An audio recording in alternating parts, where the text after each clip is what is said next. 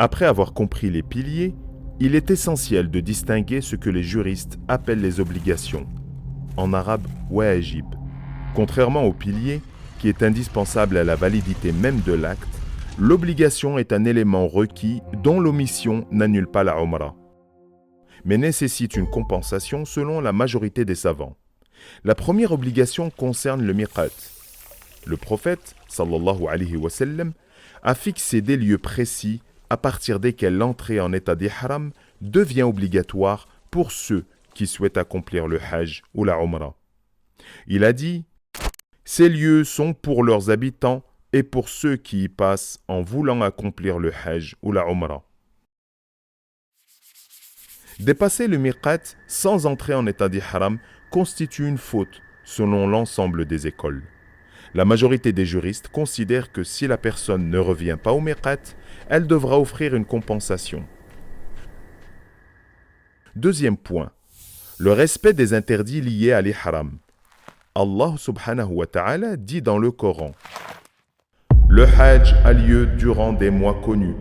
Si l'on s'y engage, alors pas de rapport intime, pas de perversité, pas de dispute pendant le hajj. Les juristes ont inclus par analogie les règles de l'ihram de la umrah. Parmi les interdits, se parfumer après l'intention, couper ses ongles ou ses cheveux volontairement, porter des vêtements cousus pour l'homme, couvrir le visage pour la femme selon la majorité, tout en rappelant qu'il lui est également interdit de porter des gants pendant l'ihram ou contracter mariage.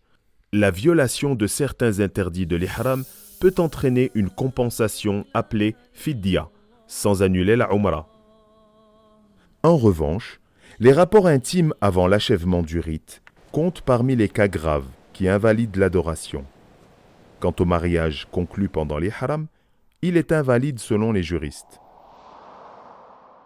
Troisième point, le rattrapage en cas d'oubli ou d'erreur, appelé fidya. Allah dit: et quiconque parmi vous est malade ou a un mal de la tête, qu'il se rachète par un jeûne, une aumône ou un sacrifice. Ce verset constitue la base juridique de la compensation pour certaines violations de l'ihram. Selon les écoles, la fidya peut consister à nourrir des pauvres, jeûner 3 jours ou offrir un sacrifice selon la nature de la faute.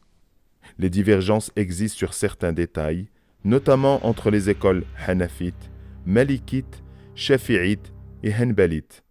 Mais le principe général est reconnu. L'obligation omise peut être compensée. Enfin, il faut mentionner les erreurs fréquentes.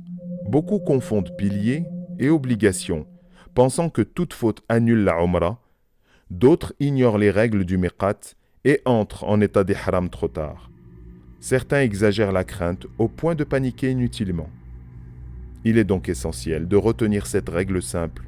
L'omission d'un pilier invalide l'acte, tandis que l'omission d'une obligation nécessite compensation, mais ne rend pas la umrah invalide selon l'avis majoritaire. Les divergences entre écoles sur certains détails ne doivent pas troubler le pèlerin. Elles sont le fruit d'analyses juridiques fondées sur les textes révélés. L'essentiel est d'apprendre avant de partir, d'agir avec sincérité et de respecter les règles selon l'avis reconnu que l'on suit. Et Allah est plus savant.